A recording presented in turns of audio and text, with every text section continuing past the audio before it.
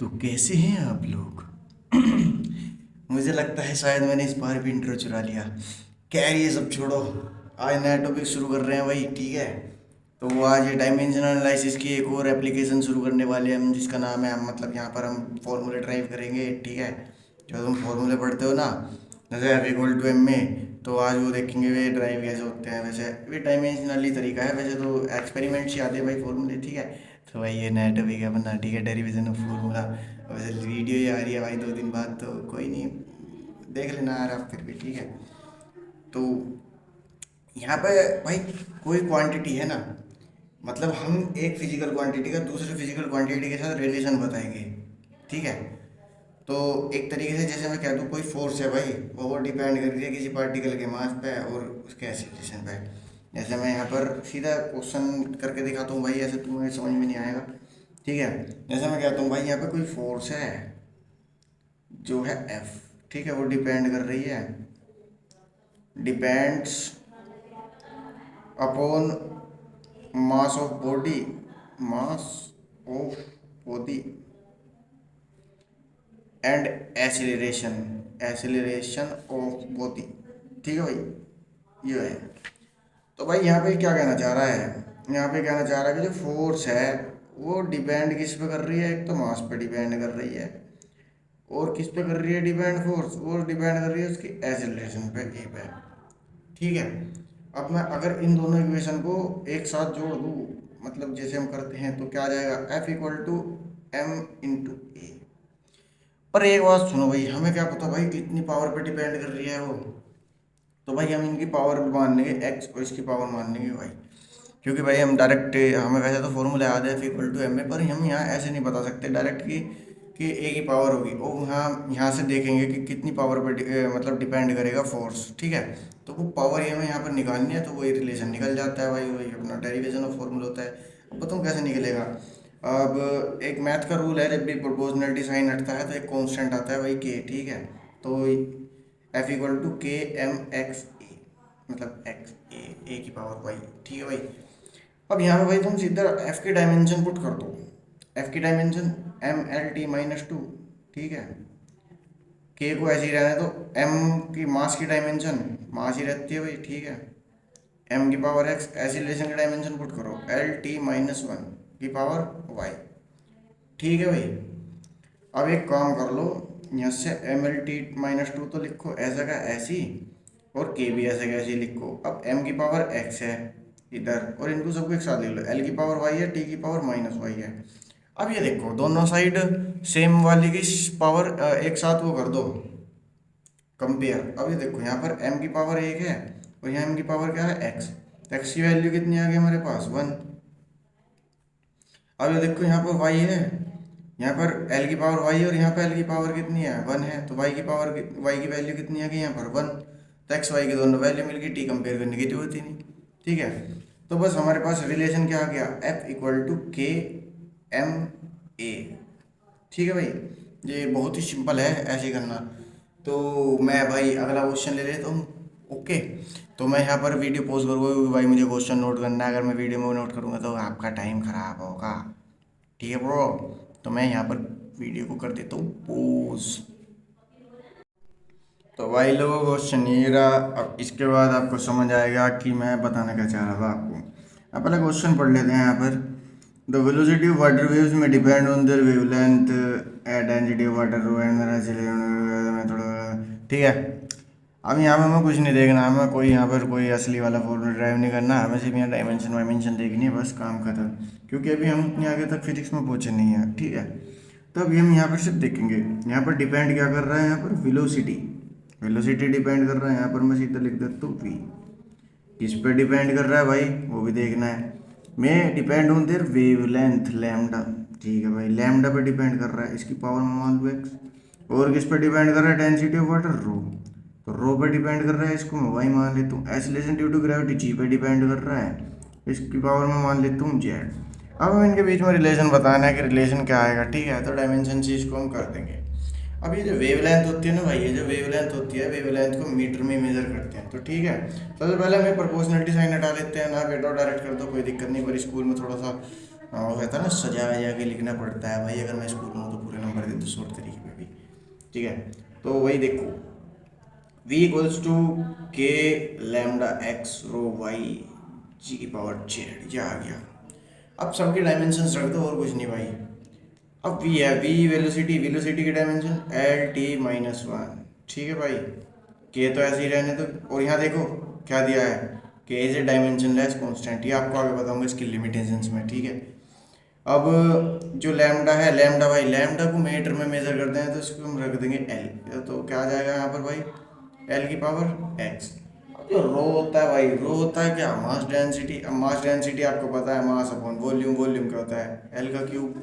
तो कितनी आ जाएगी भाई, डेंसिटी की जगह हम क्या रख देंगे, एम एल माइनस थ्री की पावर कितनी भाई, और जी ऐसिलेशन नहीं होता है तो इसको एल टी माइनस टू रख देंगे यहाँ पर, इसकी पूरे की पावर जेड, ठीक है। अब कुछ नहीं, बस वही इक्वेट करना है यहाँ पर, एल टी माइनस वन और के। अब ये देखो भाई, एल देख लो, एल कितने हैं यहाँ पर, ये एल है, ये यहाँ पर एल है, और एक एल यहाँ पे है। अब ये देखो इस एल की पावर कितनी है, एक्स है, तो यहाँ पर ये एल की पावर एक्स, और एक ये कितनी है यहाँ पर, एल की पावर माइनस थ्री वाई, और एक ये यहाँ पर एल की पावर कितनी है, जेड। तो एल को मैंने एक साथ लिख लिया, सारे जितने भी एल थे यहाँ पर, ठीक है। और अब जितने एम है मैं सारे एक साथ लिखता हूँ। ये देखो यहाँ पर एम कहीं और दिख रहा है सिर्फ वाई के, तो यहाँ पर सिर्फ कितना आ जाएगा, एम की पावर वाई।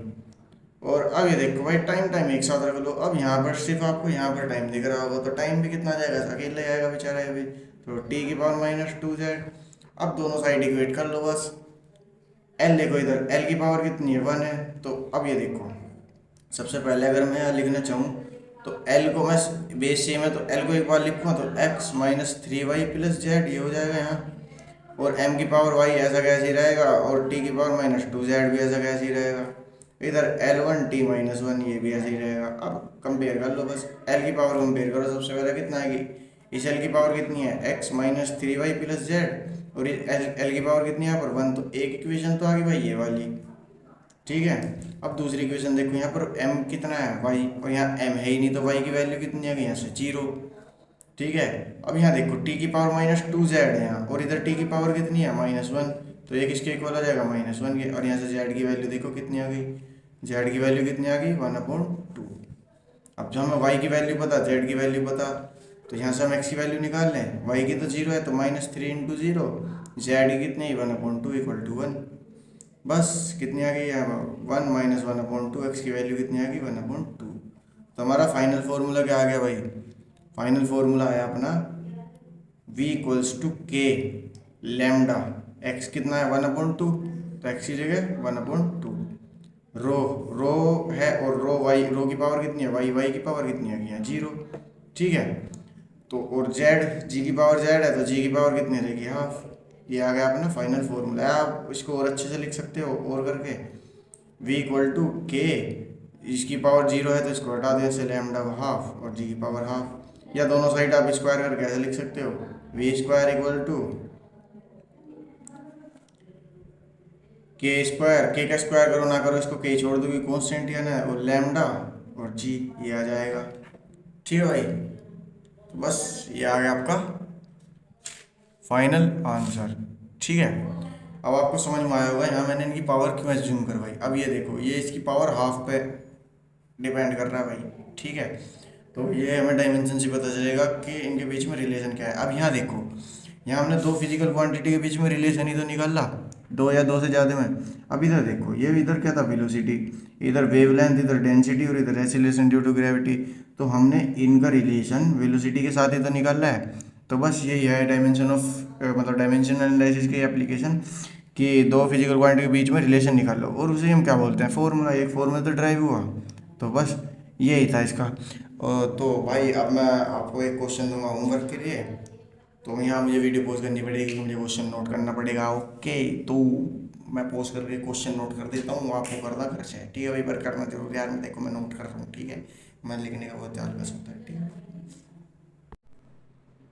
तो बाढ़ गए वो है तुम्हारा SW का क्वेश्चन है, ठीक है, इसे करके लाइयो, ठीक है। अब करके ला के मुझे तो तुम दिखा नहीं सकते, तो भैया इसका आंसर मुझे तुम कमेंट में आंसर कर दियो, मैं देख लूँगा मस्सी, ठीक है भैया। चलो तो अब एक चीज़ और देख ला, क्वेश्चन घुमा के भी आ सकता है, ठीक है, ये हटाए पर है वो, देखो भाई, क्वेश्चन तो मैं ऐसे भी घुमा कर दे सकते हैं। अब यहाँ दिया गया है, if force F, velocity v and time t are fundamental quantities, find the dimension of energy. यहाँ पर क्या कह रिया भैया, यहाँ पर यो कह रिया कि यहाँ पर हमने फोर्स को, वेलोसिटी को, टाइम को फंडामेंटल क्वांटिटी एज्यूम कर लिया। अब इसमें एनर्जी की डायमेंशन बताओ कितनी होगी। भाई क्या वो वही रहा है, इसने क्या कि फोर्स, वेलोसिटी और टाइम को फंडामेंटल क्वांटिटी एज्यूम कर लिया। यानी कि जब पहले हम मास, लेंथ और टाइम ले रहे थे ना, जहाँ पे हम अपनी फंडामेंटल क्वांटिटी, वहाँ पर हमने उनकी जगह फोर्स, वेलोसिटी, टाइम ले लिया। अब ये क्या कह रहा कि एनर्जी की डायमेंशन बताओ। इसका मतलब सिंपल सिंपल कह रहा कि एनर्जी फोर्स, वेलोसिटी और टाइम पर डिपेंड कर रही है। अब एनर्जी की डायमेंशन बताओ। तो इनके बीच में बस रिलेशन निकालना। ठीक है भाई, निकाल दो ये। सॉरी भाई, मैं अपनी वेस्ट टीपी की लैंग्वेज पर आ गया था। ठीक है, तो भाई निकाल दियो। अब तो तुम निकाल ही दोगे इसकी एक्स वाई की वैल्यू, तो भी दे दो HW में। ठीक है, इसका भी आंसर मुझे कमेंट कर दियो सारे। ठीक है, इसके बीच में रिलेशन निकालना। तो भाई अब ये तो हमने सब चीज़ पढ़ ली। अब हम आते हैं अपने डायमेंशन एनालिसिस की, इसकी लिमिटेशन पे। इसकी लिमिटेशन भी दोगे कुछ, वैसे तो हम सारे फॉर्मूले ड्राइव कर देंगे, कुछ पढ़ने की जरूरत नहीं पड़ने की। ठीक है, तो अभी कुछ लिमिटेशन देखते हैं भाई। कोई या इसकी लिमिटेशन, अभी इसे हम कहाँ का अप्लाई नहीं कर सकते भाई। ठीक है, इसमें कुछ कमी है इस मेथड में, और इस मेथड को हम पता कहाँ नहीं अप्लाई कर सकते। देखो भाई, देखो भाई, we can not find the proportionality constant by dimension analysis. ठीक है भाई, अब ये जो यहाँ पे जो डायमेंशनल प्रोपोर्शनैलिटी कांस्टेंट आ रहा था ना, हम इसके डायमेंशन भाई यहाँ से ना तो फाइंड कर सकते, ना इसकी हम वैल्यू फाइंड कर सकते यहाँ से। ठीक है, यहाँ पे सिर्फ यही कह रहा है, can not find the value of proportionality constant by dimension analysis. हम इसकी यहाँ से वैल्यू कोई फाइंड वाइंड नहीं कर सकते। This method can't be applied in the expression involving trigonometric ratios like sin theta and cos theta। ठीक है भाई, वहाँ अप्लाई नहीं हो सकता जहाँ पर कोई ट्रिग्नोमेट्रिक रेशो, मतलब एंगल वेंगल की बात हो रही है जैसे साइन थीटा कोस थीटा, या फिर एक्सपोनेंट टर्म की बात हो रही है जैसे ई की पावर एक्स हो गया। ठीक है, अगर मैं बात करूँ कोई एक्सप्रेशन ऐसा है, तो वही एक फॉर्मूला मुझे याद आया जो है एस एच एम के डिस्प्लेसमेंट का, y equals to sine omega t plus phi. तो ये देखो, इसमें ये जो साइन वाली टर्म आ रही ना, नहीं कर सकते यार इसको मिस्टर डायमेंशन एनालिसिस से। ठीक है, तो अब अगला है भाई, this method can't applied in the expression involving proportionality constant which है डायमेंशन। ये बहुत इंपॉर्टेंट पॉइंट है। ठीक है, जैसे मैंने यहाँ तुम्हें क्वेश्चन करवाते हैं, यहाँ लिखा था डायमेंशनल लेस कांस्टेंट। ठीक है, के is a dimension less constant, यानी कि यहाँ इसकी कोई डायमेंशन नहीं थी। ठीक है, तो यहाँ पे यही पॉइंट कवर कर रहा है कि वहाँ पर ये अप्लाइड नहीं होगा अगर किसी कांस्टेंट की डायमेंशन है। जैसे मैं बात करूँ भाई, एफ इक्वल टू के एम में, यहाँ पे अगर ये डायमेंशन आ, इसकी वैल्यू जो है 1 आई है एक्सपेरिमेंट से, तो एफ इक्वल टू एम में आया है। इसका जो रियल फॉर्मूला है आपने पढ़ा भी होगा 9th क्लास में। ठीक है, तो ये एक डायमेंशन लेस है नंबर, प्योर नंबर की डायमेंशन क्या होगी, 0। ठीक है, अब अगर हम बात करें यहीं पे, एक फॉर्मूला होता है ग्रेविटेशनल, उसका ग्रेविटेशन फोर्स का, F is equal to G m1 m2/r²। ठीक है भाई, ये हो गया। तो भाई इसमें जो है जी के पास डायमेंशन हो गया। अब तुम बोलो सर इसमें तो कर दो, ज़बरदस्ती प्रूव कर दो। ठीक है, चलो देख लेते हैं करके भाई।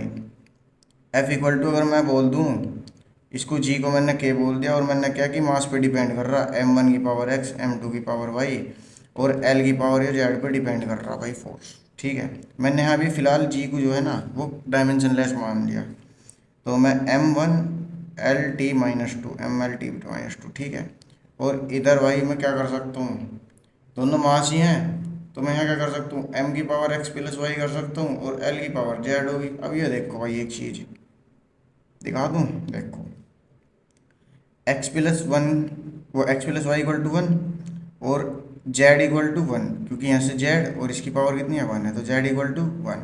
अब ये देखो यार, यहाँ पर t की कोई टर्म है नहीं है, यहाँ पर t की टर्म है -2, तो -2 = 0 है पॉसिबल, -2 0 के इक्वल आ जाए, पॉसिबल है। जैसे मैं यहाँ पर तुम्हें कह दूँ कि तुम्हारे पास 2 सेब हैं, और वो 2 सेब ना 4 सेब के बराबर है कुछ इस बात की तो सेंस बैटरी है कुछ, है नहीं, प्योर अखंड बाउल वाली बात। ठीक है, तो -2 = 0 कुछ सेंस बैटरी है नहीं बैटरी। ठीक है, अब भैया अगर हम इसे वो भी मान लें, चलो अब मैं इसे डायमेंशन नहीं ले रहा इसकी, चलो मैंने इसे डायमेंशन में इन्वॉल्व कर लिया। मैंने f इक्वल टू के की भी डायमेंशन मान ली। मान लो ये x किसी ए पावर पे डिपेंड कर रहा है f के की, ठीक है, इसकी मैंने डायमेंशन ले ली। अब मैं इसकी डायमेंशन फाइंड करने की कोशिश करूँगा। m1 की पावर x, m2 की पावर y, l की पावर z, इन्हें ऐसे ही रहने दो। यहाँ m l t-2, k की पावर a, m1 की पावर x, m2 की पावर y, l की पावर z। अब ये देखो भाई, तो मास है दोनों, इसकी पावर 1 है तो x plus y equal to 1, ठीक है। l की पावर z है, l की पावर 1 है तो z इक्वल टू 1, ठीक है। अब यहाँ k की पावर a है। अब k की डायमेंशन है क्या, और इसे किसके इक्वल रखें, ए को, यहाँ से कुछ पता चल रहा भाई तुम्हें? नहीं चल रहा ना। अब यहाँ से भाई आप कुछ मतलब कुछ भी आपको मतलब कुछ पता चल रहा है, कुछ मतलब कुछ साइंस बन जाएगा, मतलब कंफ्यूजन में आ रहे हो ना कि मतलब निकालने क्या कैसे करें, ठीक है।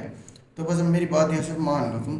तो जो मेथड है ना, ये उन एक्सप्रेशन में काम नहीं करने का जिन एक्सप्रेशन के प्रोपोर्शनल कांस्टेंट में डायमेंशन होती हैं, ठीक है। जैसे कि हाँ, इस जी के पास डायमेंशन है तो यहाँ से हम इस फॉर्मूले को ड्राइव नहीं कर सकते, ठीक है।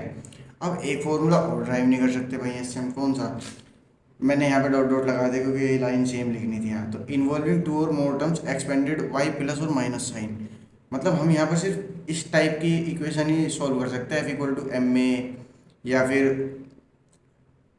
और अपना हो गया टाइम पीरियड हो गया 2 पाई इंटू रूट L/G।